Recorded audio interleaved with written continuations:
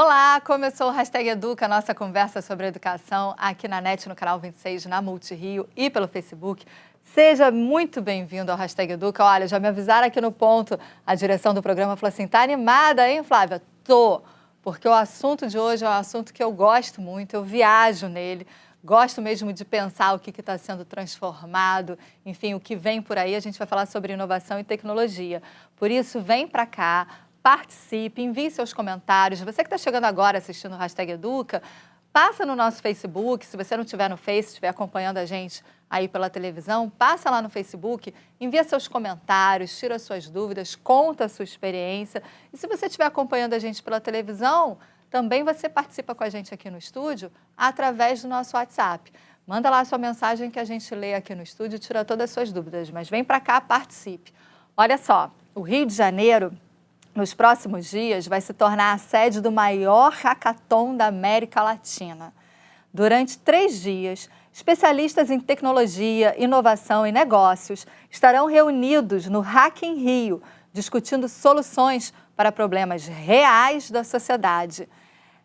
São criativos, empreendedores, hackers, empresários, professores e todos que integram o ecossistema da inovação no Rio de Janeiro, tendo o desafio de pensar negócios, investimentos, financiamento e modelos de comunicação capazes de gerar receita e tornar o mundo muito mais high-tech e sustentável. Possível isso? Você acha um desafio muito grande? Quem tira as nossas dúvidas e conversa conosco sobre o festival é Lindália Sofia Junqueira, CEO do Hack in Rio. Seja muito bem-vinda. Obrigada por ter vindo, Lindália. Obrigada, Flávia. Prazer todo nosso, principalmente para poder inspirar esses jovens, esses empreendedores, a agarrar essa oportunidade na mão e se desenvolver e desenvolver essas soluções para melhorar seu ambiente de vida, de trabalho da cidade. Essa ideia surgiu porque justamente a gente reuniu um grupo de profissionais de diversas áreas e criou um movimento chamado Juntos pelo Rio. Afinal de contas, estava todo mundo querendo pegar a caravela e ir embora para Portugal. Não é? De novo? E aqui é que a gente tem que ficar, é nosso país que a gente tem que reconstruir. Então, a gente começou com 100 pessoas, em 3 meses já tinha 1.000 e tantas pessoas. Foi aí que a gente teve a ideia de fazer 15 hackathons coletivos. Olha só, a gente já vai falar sobre isso também, porque dentro desses juntos, acho que a participação do poder público é uma coisa muito importante. Com certeza. E representando justamente o poder público, a gente tem aqui o Paulo Espanha, que é coordenador geral da Startup Rio, aqui no Rio de Janeiro, pelo governo do estado. Seja muito bem-vindo, Paulo, também ao Hashtag Educa. Muito obrigado pelo convite, obrigado pela participação junto com a Lindália aqui, muito querida nossa, do ecossistema. O Startup Rio é um programa de incubação do estado do Rio de Janeiro, já com 5 anos, né, ligado à Secretaria de Ciência e Tecnologia do estado.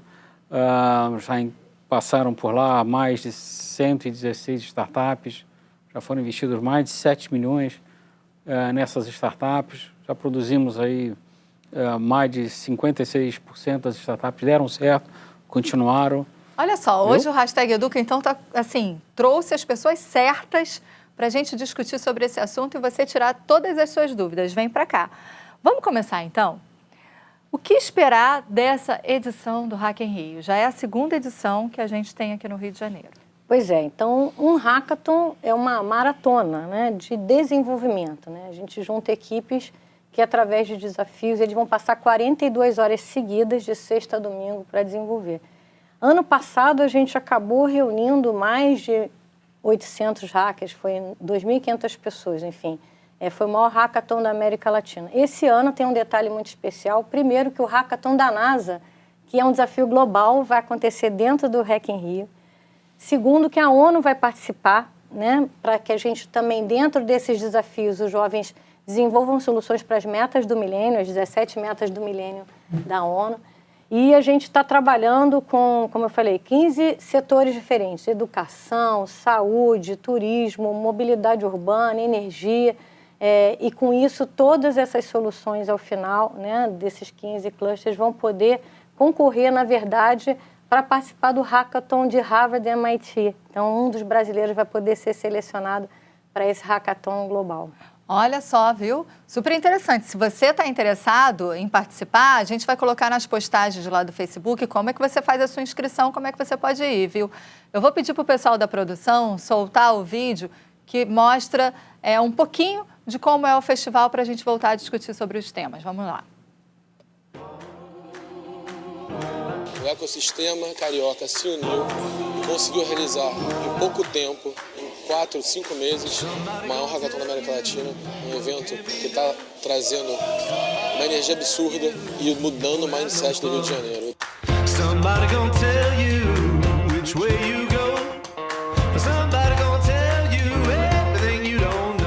No começo é muito difícil você sair do zero, aquela folha de papel em branco, como começar um evento. E a gente foi vendo que muita gente queria isso. Então a gente foi ganhando mais adeptos, mais parceiros, mais patrocinadores, mais pessoas que queriam estar como voluntários nesse evento. E as inscrições começaram a subir. Nós queremos ser o maior do Brasil, acabamos nos tornando o maior hackathon da América Latina.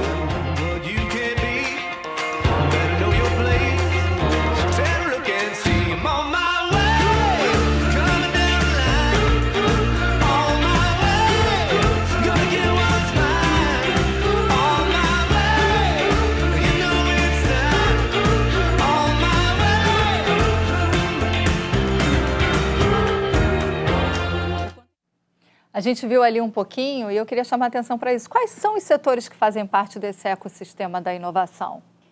Olha, a gente tem que juntar exatamente como você falou, governo, academia, né, que são as universidades, investidores, empreendedores e empresas. Eu acho que esses 5 vértices unidos, né, se a gente coloca uma tecla SAP e coloca eles para conversar, a gente começa a convergir, né, para os mesmos projetos. Você vê no Hack in Rio foram gerados, num final de semana, 115 novos projetos, que podem virar 115 novas startups, novas empresas, né, para participar do Startup Rio. Então, não existe inovação sem colaboração. Então, a gente, de fato, tem que fazer com que todos esses grandes líderes, seja do governo, seja da iniciativa privada, seja da universidade, seja da área de investimentos, se conectem, comecem a pensar junto quais são as soluções que a gente precisa para o Brasil. Startup Rio tem fomento para essa iniciativa? Você falou que tem editais. Como é que funciona? Então, o edital, o programa Startup Rio, ele é uma iniciativa da Secretaria de Ciência e Tecnologia do Estado e tem um funding da FAPERJ. Então, nós, a cada edital, nós selecionamos uma determinada quantidade de startups em diversos temas e procuramos focar em algumas tecnologias que sejam, que nós entendamos que vão direcionar ao mercado. Então, nós estamos às portas de lançar o 5º edital para trazer 150 startups em 10 cidades do Rio de Janeiro. Isso nunca foi tentado antes. É a primeira vez que um programa como esse vai focar em rodar ao mesmo tempo em 10 cidades durante 8 meses, trazendo as tecnologias de inteligência artificial, machine learning, big data, IoT, e aproveitando exatamente o que o Hack in Rio já traz, quer dizer, quais são as ideias que já floresceram ali, quais são as soluções que são possíveis ser desenvolvidas e serem transformadas em empresas, em negócios. Esse modelo todo é um modelo transformador. Eles ganham uma bolsa, não é isso? Eles ganham uma bolsa, né, para permitir que esse desenvolvimento para poder desenvolver o produto. Então, esta primeira fase, nós apoiamos esses jovens e aportamos para ele um conteúdo acadêmico para transformá-los de empreendedores em jovens empresários. Por que o jovem empresário? Porque o empresário é aquele que é o generalista. Ele sabe como contratar, ele sabe como vender, ele sabe desenvolver um time, ele sabe negociar. Então, esse empreendedor, ele recebe basicamente 5 trilhas de desenvolvimento. A trilha de como se desenvolver como empreendedor, como desenvolver o mercado dele, como desenvolver a capacidade de gestão organizacional, como desenvolver os recursos financeiros e como desenvolver a tecnologia do produto dele. Isso que vocês estão falando é super interessante. A gente antes estava gravando um programa aqui, um hashtag também que vai ao ar nos próximos dias, e eu estava fazendo uma análise do Rio de Janeiro, né?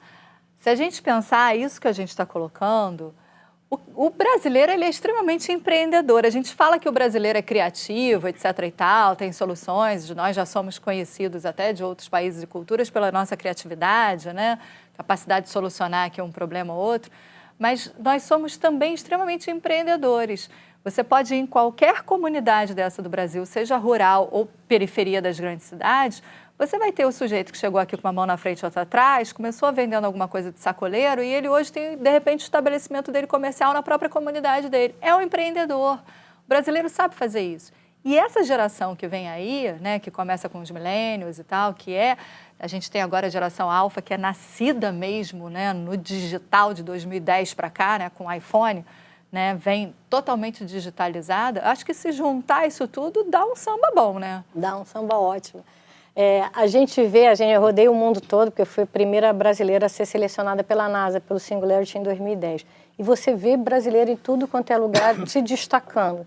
E aí a gente brinca que a gente aprendeu a teoria da gambiarra, porque é o princípio do protótipo, né? Nessa nova geração, nesse novo mindset de startup, nessa nova cultura de empreendedorismo, a primeira coisa que a gente tem que fazer é prototipar.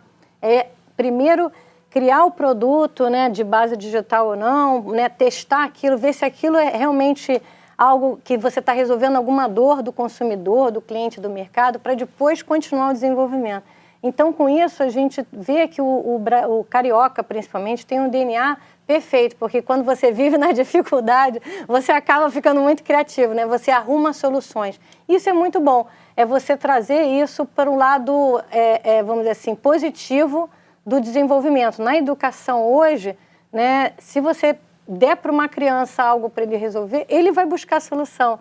Então, a gente tem que, baseado nesses desafios, baseado nesses problemas, a gente pode se surpreender de coisas muito bacanas que podem vir.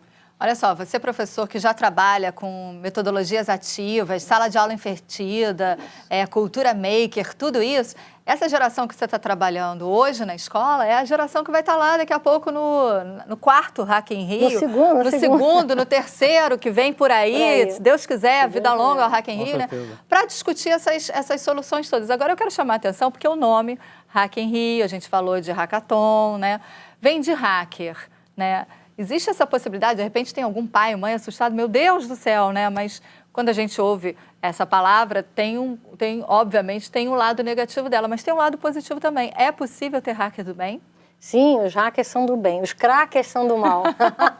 Os crackers são aqueles que querem invadir o sistema mesmo para danificar, né? O hacker, ele é um desenvolvedor, um programador, um designer, né? Uma pessoa que quer buscar algo diferente do que acontece hoje, né? Ele fala assim, será que tem como fazer melhor? Será que a gente tem como programar algum aplicativo, alguma plataforma que possa solucionar um problema? Então, o hacker, ele é totalmente o invasor do bem, né? Ele pega essa bagagem de sistemas e programação para gerar uma solução bacana. E como eu falei, o cracker não. O cracker já é aquele que invade o telefone do ministro, né? Que cria alguma forma de invadir um sistema que não foi autorizado. Não é o nosso caso, né? O hackathon, essa maratona de hackers, é de desenvolvedores do bem. O hacker é aquele que ele busca uma solução inovadora para um problema complexo.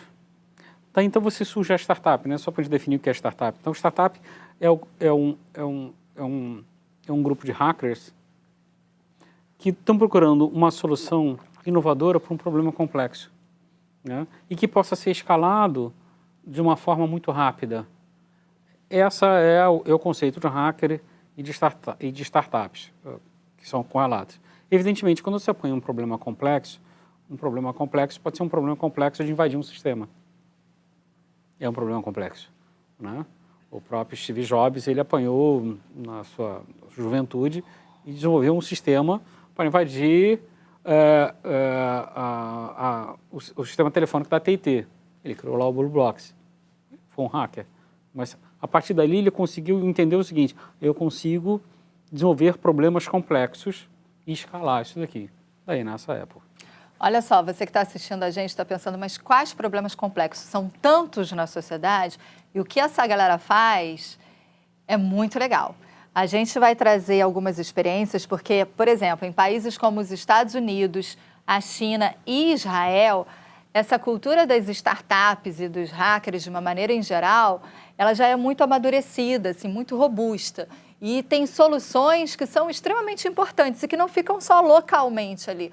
A solução que, por exemplo, a gente vai trazer para você aqui agora como exemplo, que são 2 soluções criadas por startups americanas, ela pode valer, o resultado delas em grande escala, que é isso que o Paulo está falando, pode valer para o planeta inteiro. De repente você já faz isso de uma maneira, mas ainda não está digitalizado, não está virtualizado. Vamos ver se a sua ideia é compatível com o que a gente vai falar aqui e o impacto dessas transformações provocadas pelas startups que a gente vai mostrar agora. São 2 americanas, a gente vai soltar. Vamos lá.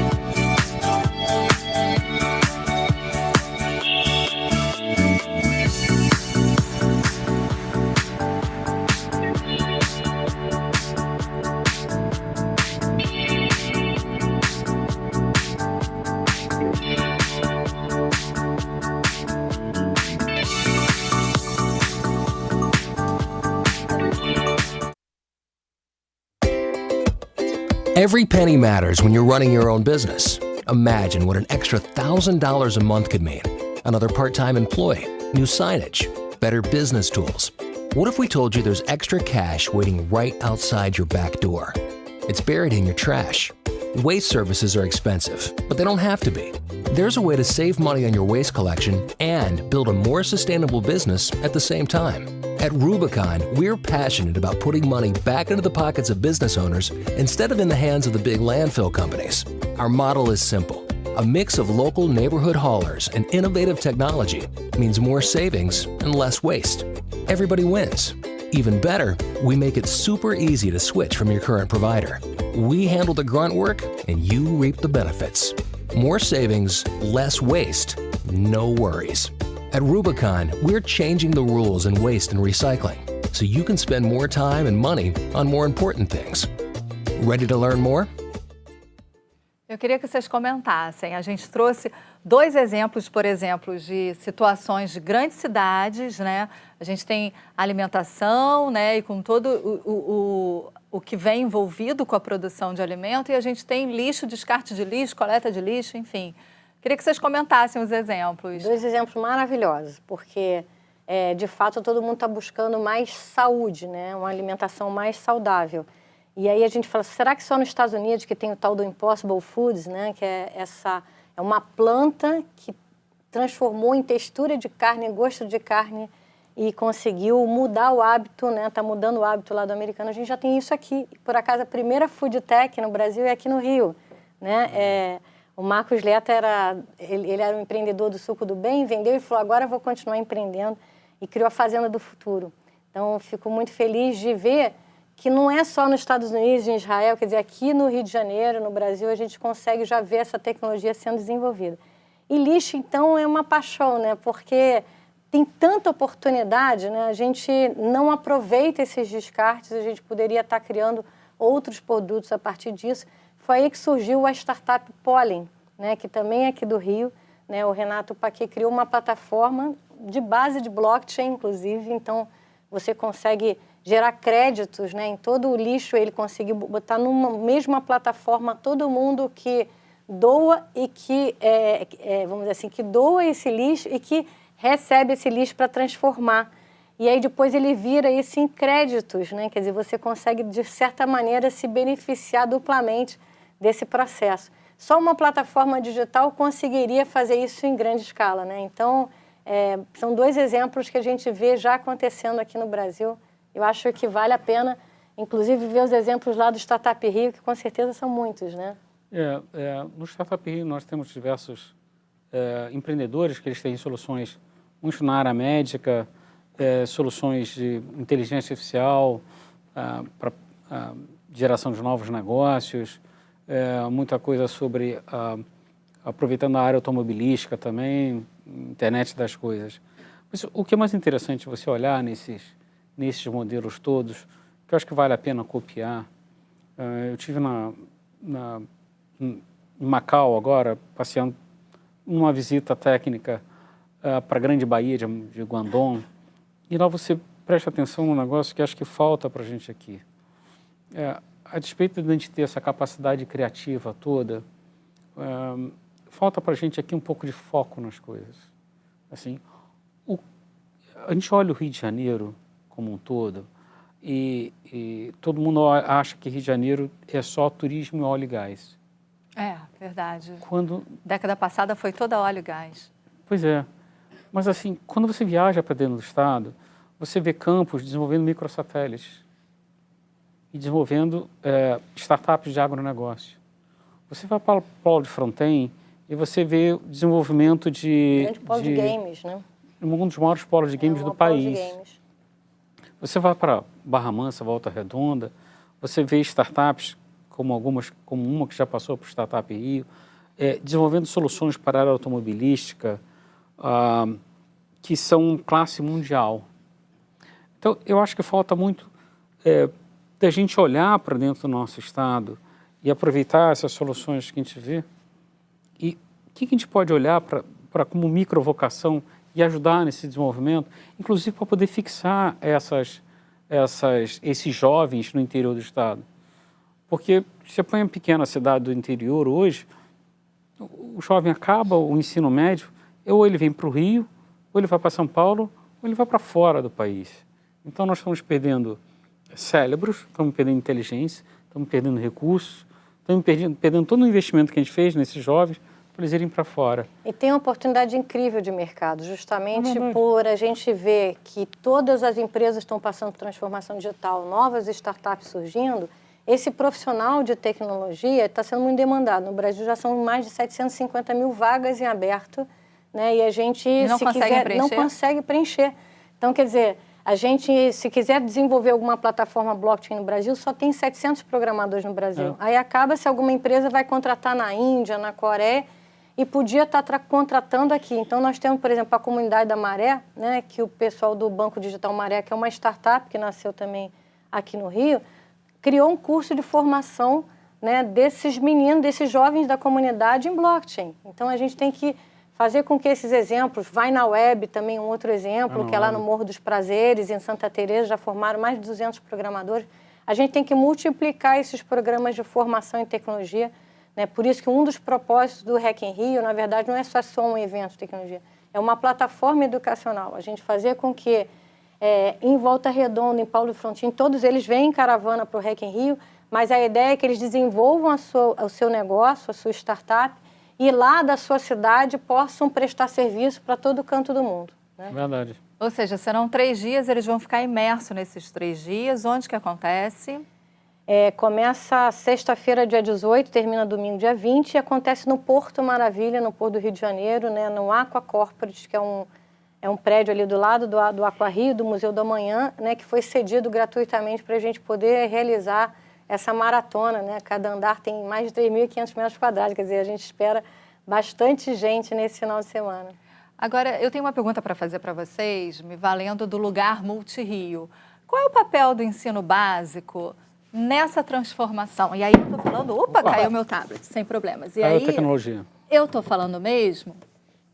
Desculpa aí, gente, porque eu estou animada. Eu estou falando mesmo, assim, ensino básico, né? A primeira infância, como que a gente já tem cultura maker, a gente já tem as metodologias ativas entrando, mas como é que a escola como um todo, e aí é como ecossistema mesmo, a escola como um todo, ela pode ajudar nessa transformação? Eu acho que é total, porque olha só, não existe empreendedorismo sem educação.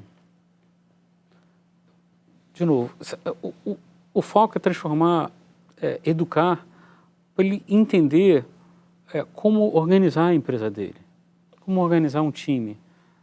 Uma empresa, quando você monta uma startup, ele tem que ter pelo menos 4 papéis.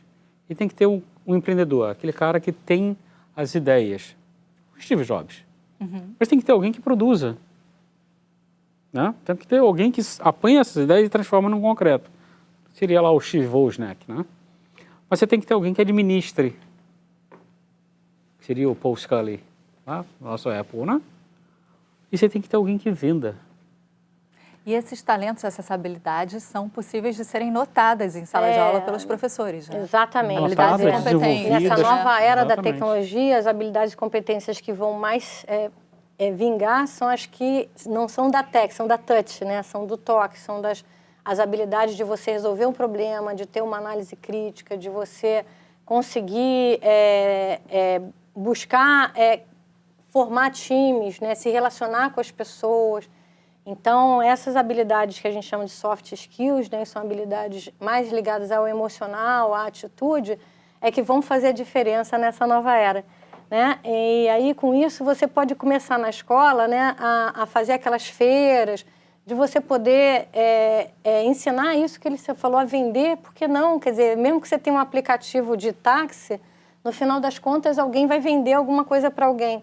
Então, né, nos Estados Unidos, a pessoa começa com 8 anos já, né, ensinando a vender limonada, etc. Então, você pode, em qualquer escola, de qualquer canto do país, começar a ter essa atitude. Não é à toa que a nossa professora brasileira, né, que foi indicada ao Nobel de Educação, que é a Débora Garofalo, ganhou com um processo de maker, pegando lixo, transformando em protótipos, esses protótipos transformarem em algum produto, né, que pode, né, ser usado na própria escola ou até ser vendido no mercado.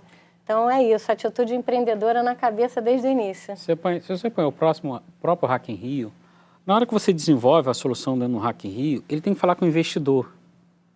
Não é quem desenvolve que fala com o investidor, é quem vende. Então, você precisa desse papel. Não é? E para aquilo ali superar as barreiras de se tornar uma startup, se tornar uma organização, você precisa de um papel administrador. Então, todos esses papéis, eles começam a ser olhados, a ser nutridos e fecundados aonde? Na escola. Formação de times, na né? formação de times. Trabalhos em grupos. Então, nas escolas falta, por exemplo, o treinamento de oratória. Você põe meu filho, eu tive a oportunidade de botar meu filho numa escola brasileira de manhã e de tarde ele fazia um high school americano da Universidade do Texas. Então, as aulas que ele tinha, oratória, speech, governo, formação de governo, plano de negócio. Então, ele sai de lá com uma formação empreendedora. Então, ele tem a ideia seguinte, eu preciso falar, se você faz um hacking e acha uma solução, depois você precisa ter oratória, você precisa saber falar. Fazer um tal do pitch, né? Fazer o pitch. O que é o pitch? É saber falar, é saber conversar. É como ela falou, são os soft skills.